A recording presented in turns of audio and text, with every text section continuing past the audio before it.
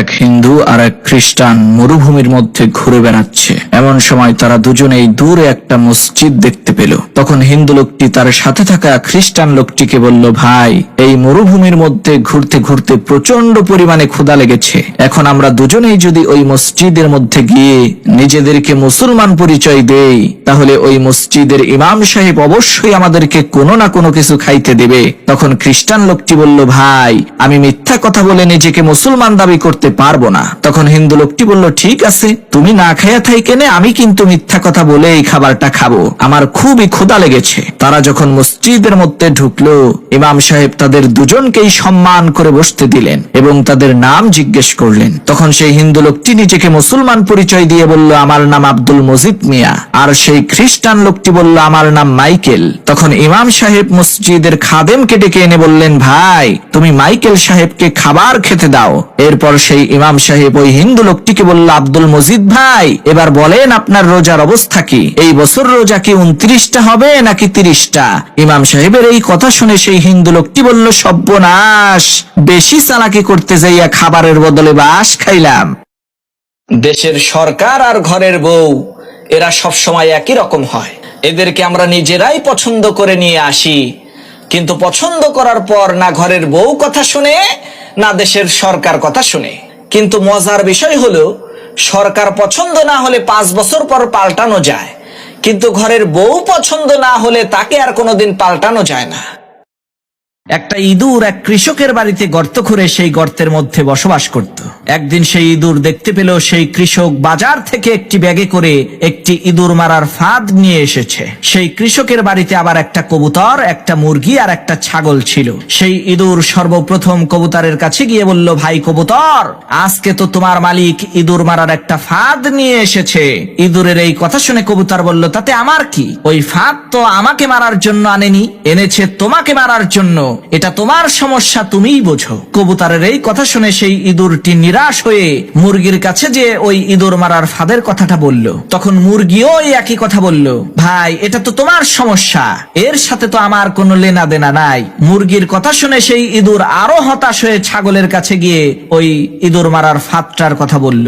ইঁদুরের কথা শুনে ওই ছাগলটি হাসতে হাসতে বলতে লাগলো, ভাই, তোমাকে মারার জন্যই আমার মালিক ওই ফাঁদ বাজার থেকে কিনে এনেছে, তাতে আমার কি সমস্যা? আমি তো খুবই আরামে আছি।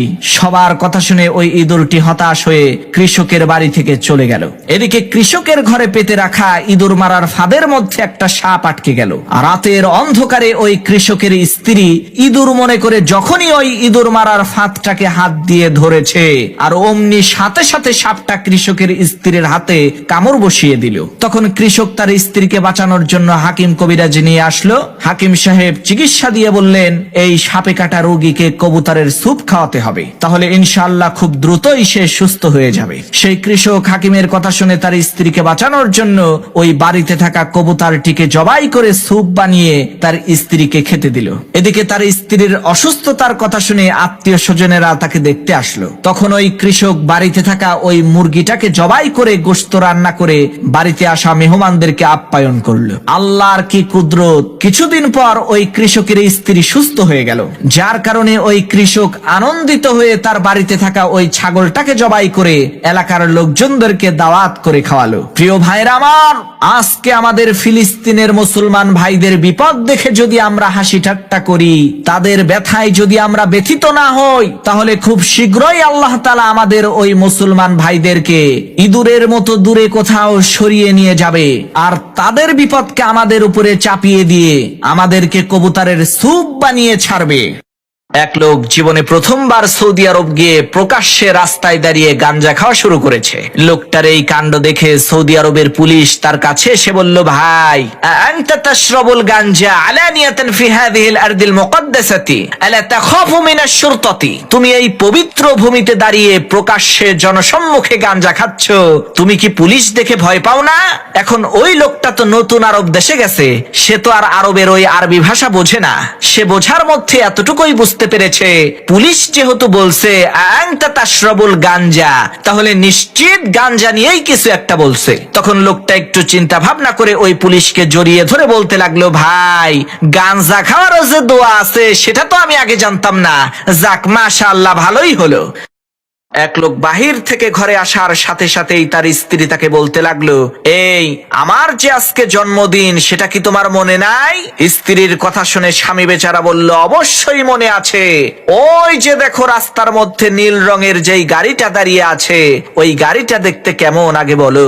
স্বামী বেচারার এই কথা শুনে স্ত্রী খুশিতে বাকবাকুম হয়ে বলতে লাগলো, ওয়াও, অনেক সুন্দর, আমি তো ভাবতেও পারিনি তুমি আমার জন্মদিনের উপহার হিসেবে গাড়ি গিফট করবা। তখন স্বামী বলল, কিসের গাড়ি?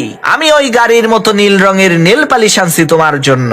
স্বামী বেচারার এই কথা শুনে স্ত্রী বেলুন দিয়ে আঘাত করে স্বামী বেচারার মাথার 12টা বাজাই দিছে।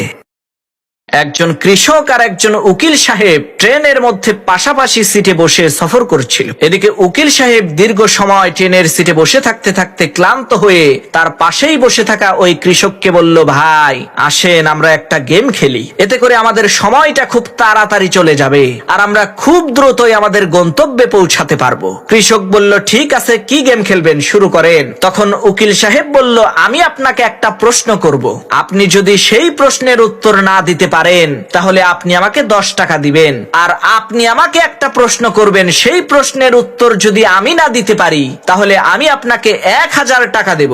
কৃষক বলল, ঠিক আছে, শুরু করেন। উকিল সাহেব প্রথমে প্রশ্ন করলো, ভাই বলেন তো পৃথিবী থেকে চাঁদের দূরত্ব কত? উকিল সাহেবের এই প্রশ্ন শুনে কৃষক কোনো কথা না বলে চুপচাপ পকেট থেকে 10টা টাকা বের করে সেই উকিল সাহেবকে দিয়ে দিল।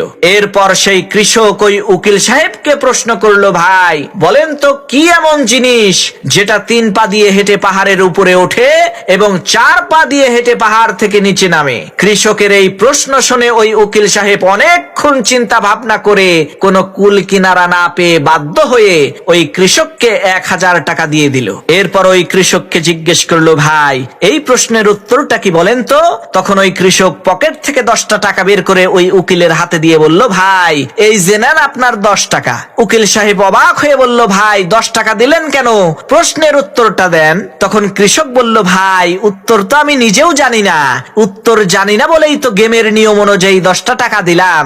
তখন উকিল সাহেব কয়, লও ঠেলা, 980 টাকার বাস খাইলাম। একটা টিকটিকিকে নিলামে তুলে দামাদামি শুরু হলো। প্রথমে একজন বলছে 1 লাখ টাকা, আরেকজন বলছে 10 লাখ, আরেকজন বলছে 20 লাখ, আরেকজন বলছে 1 কোটি। এরই মধ্যে পুলিশ চলে আসলো। তাদের এই টিকটিকির দাম বলা দেখে পুলিশ আশ্চর্য হয়ে এই সবগুলোকে ধরে কোর্টে চালান করে দিল। কোর্টে জজ সাহেব বিচার কার্যক্রম শুরু করবে, এমন সময় তারা জজ সাহেবের সামনেই দামাদামি শুরু করে দিল। একজন বলছে 1 লাখ, আরেকজন 10 লাখ, আরেকজন 20 লাখ, আরেকজন 1 কোটি। তাদের এই আশ্চর্য ধরনের দামাদামি দেখে জজ সাহেব বলল, ভাই সত্যি করে বলো তো এই টিকটিকির মধ্যে কি এমন আছে যে তোমরা এত টাকা দিয়ে কিনতে চাচ্ছ? তখন একজন বলল, জজ সাহেব বেয়াদবি মাফ করবেন, এই টিকটিকি একমাত্র জিনিস যেটা দেখে আমাদের স্ত্রীরা ভয় পায়। লোকটার এই কথা শুনে জজ সাহেব তৎক্ষণাৎ বসা থেকে দাঁড়িয়ে বললেন, লাগা 2 কোটি। এক হতদরিদ্র গরিব ছেলে অনেক কষ্ট করে লেখাপড়া করে অনার্স পাশ করেছে, কিন্তু দুঃখের বিষয় সে যখন চাকরি নিতে গেছে তখন কোনো চাকরি নাই। অনেক খোঁজাখুঁজি করার পর সেই ছেলেটা চিড়িয়াখানায় একটা চাকরি পেল। আল্লাহর কি কুদরত, সেই ছেলেটা চাকরি পাওয়ার কিছুদিন পরেই ওই চিড়িয়াখানার বাঘটা মরে গেল। তখন চিড়িয়াখানা কর্তৃপক্ষের লোকেরা চিন্তিত হয়ে পড়লো, এখন কি করা যায়? কারণ চিড়িয়াখানায় বাঘ না থাকলে তো দর্শকেরা চিড়িয়াখানায় টাকা দিয়ে টিকিট কেটে ঢুকবে না। তখন চিড়িয়াখানা কর্তৃপক্ষের লোকেরা বাধ্য হয়ে ওই অনার্স পাশ করা ছেলেটাকে বলল, তুমি যদি বাঘের পোশাক পরে চিড়িয়াখানার বাঘের খাঁচার মধ্যে ঢুকে বাঘের মতোই তর্জন গর্জন দিতে পারো তাহলে তোমার বেতন আমরা ডাবল করে দেব। এদিকে সেই গরিব ছেলেটাও কোনো উপায় অন্তর না পেয়ে চিড়িয়াখানা কর্তৃপক্ষের এই প্রস্তাবে রাজি হয়ে গেল। নিয়ম অনুসারে যথারীতি প্রত্যেক দিন সে সকালবেলা বাঘের পোশাক পরে বাঘের খাঁচায় ঢুকত এবং বিভিন্ন অঙ্গভঙ্গি আর কায়দা কসরত দেখিয়ে দর্শকদেরকে আনন্দিত করত। এইভাবে ভালোই চলছিল তার সময়। একদিন হঠাৎ করে সে খাঁচার মধ্যে খেলা দেখাতে গিয়ে খাঁচার সেই পুরাতন বেড়া ভেঙে তার পাশেই থাকা সিংহের খাঁচার মধ্যে গিয়ে পড়ল। এখন সেই বাঘ বেচারা চিন্তা করছে, সর্বনাশ, আজ বুঝি আমার আর রক্ষা নাই। আমি যে কোন রকমের বাঘ সেটা তো চিড়িয়াখানার দর্শকেরা বুঝতে না পারলেও আমি তো জানি। আজ এই সিংহের পেটেই আমাকে যেতে হবে। এই চিন্তা করে সেই বাঘ বেচারা দুয়া দরুদ পড়া শুরু করেছে। অমনি ওই সিংহ বলতে লাগলো, বাঘ ভাই তুমি চিন্তা কইরো না, আমিও সিংহ না, আমিও তোমার মতো অনার্স পাশ করা একজন বেকার ছেলে, পেটের দায়ে সিংহ সেজে খেলা দেখাই। তিনজন ইঞ্জিনিয়ার একটা আঁকাবাঁকা পাইপের মধ্য দিয়ে কারেন্টের তার ঢোকানোর চেষ্টা করছিল। এই একই দৃশ্য গ্রামের একজন কৃষক গত 5 দিন ধরে দেখছিল। পঞ্চম দিন ওই কৃষকের আর সহ্য হলো না। সে ওই ইঞ্জিনিয়ারদের কাছে এসে বলল, স্যার, আমি কি আপনাদেরকে এই তারটা পাইপের মধ্যে ঢোকাতে সাহায্য করতে পারি? গ্রামের লোকটির এই কথা শুনে ওই তিনজন ইঞ্জিনিয়ার বলল, ভাই, গত 5 দিন যাবত আমরা 3 জন লোক মিলে চেষ্টা করছি, কোনো কাজই হচ্ছে না। তুমি যদি এই কাজটা করতে পারো তাহলে তো ভালোই হয়, করো তো দেখি। তখন ওই কৃষক তার ক্ষেতের মধ্য থেকে একটা ইঁদুর ধরে এনে ওই ইঁদুরের লেজের সাথে কারেন্টের তার বেঁধে ওই আঁকাবাঁকা পাইপের মধ্যে ছেড়ে দিল। আল্লাহর কি কুদরত! ইঁদুরটা পাইপের এই পাশ দিয়ে ঢুকে একেবারে ওই পাশ দিয়ে কারেন্টের তার সহ বের হয়ে গেল। কৃষকের এই নিনজা টেকনিক দেখে ওই ইঞ্জিনিয়াররা বুঝতে পারলো, শালার ডিগ্রির তো কোনো দামই নাই। মদিনার পার্শ্ববর্তী একটি এলাকায় একজন মহিলা মৃত্যুবরণ করলে প্রতিবেশী একজন মহিলা সেই মৃত মহিলাকে গোসল দিচ্ছিলেন। গোসল দিতে দিতে প্রতিবেশী মহিলার হাত যখন ওই মৃত মহিলার উরুতে পৌঁছালো, এমন সময় ওই প্রতিবেশী মহিলার আশেপাশে থাকা 4-5 জন মহিলাকে বলল, এই তোমরা কি জানো এই যে মহিলা মারা গেছে তার সাথে কিন্তু অমুক পুরুষ লোকের অবৈধ সম্পর্ক ছিল। আল্লাহর কি কুদরত! এই কথা বলার সাথে সাথে ওই প্রতিবেশী মহিলার হাত মৃত মহিলার উরুর সাথে অলৌকিকভাবে আটকে গেল। এদিকে জানাজার নির্ধারিত সময় চলে আসলো, অনেক লোকজন জড়ো হলো, কিন্তু কি আশ্চর্য বিষয়, ওই মৃত মহিলাকে গোসল দেওয়াই শেষ হচ্ছে না। তখন বাড়ির পুরুষ লোকজন পর্দার আড়াল থেকে প্রতিবেশী ওই মহিলাকে জলদি করে গোসলের কাজ সম্পূর্ণ করতে বলল। তখন ওই প্রতিবেশী মহিলা বলল, আমি তো এই লাশকে জলদি করেই ছেড়ে দিতে চাই, কিন্তু এই লাশ তো আমাকে ছাড়তে চায় না। কি আশ্চর্য বিষয়! মুহূর্তের মধ্যে সমস্ত শহরে এই অলৌকিক ঘটনার খবর ছড়িয়ে পড়ল। এক লোক হসপিটালের বিছানায় শুয়ে তার জীবনের শেষ প্রহর গুনছে।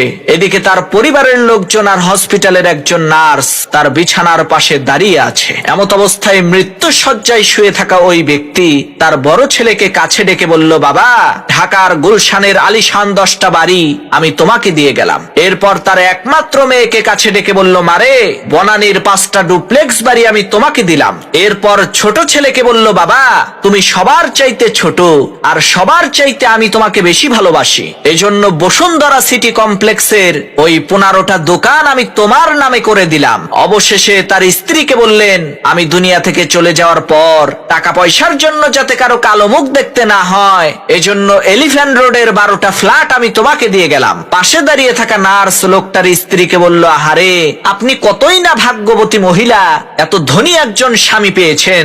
মৃত্যুর আগে আপনার স্বামী আপনাদেরকে কত ধনসম্পদ দিয়ে যাচ্ছে। নার্সের এই কথা শুনে লোকটার স্ত্রী বলল, কি সব যাতা বলেন, কিসের ধনী, কিসের সম্পত্তি? আমার স্বামী তো পেপার বিক্রেতা, সকাল সকাল পত্রিকা বিতরণ করার জন্য আমাদের সবাইকে লোকেশন ভাগ করে দিচ্ছে। লোকটার স্ত্রীর এই কথা শুনে ওই নার্স আজও পর্যন্ত কোমায় আছে। এক বাদশা খুশি হয়ে জেলখানার সমস্ত কয়েদিকে মুক্ত করে দিল। এমন সময় হঠাৎ করেই তার চোখ পড়ল অত্যন্ত বৃদ্ধ একজন কয়েদির উপর। বাদশা তৎক্ষণাৎ ওই বৃদ্ধ কয়েদিকে কাছে ডেকে জিজ্ঞেস করলেন, চাচা, আপনি এই জেলখানার মধ্যে কতদিন ধরে আছেন? তখন সেই বৃদ্ধ কয়েদি বলল, মহামান্বিত বাদশা, আমি এই জেলখানার মধ্যে আপনার সম্মানিত পিতার সময়কাল থেকে আছি।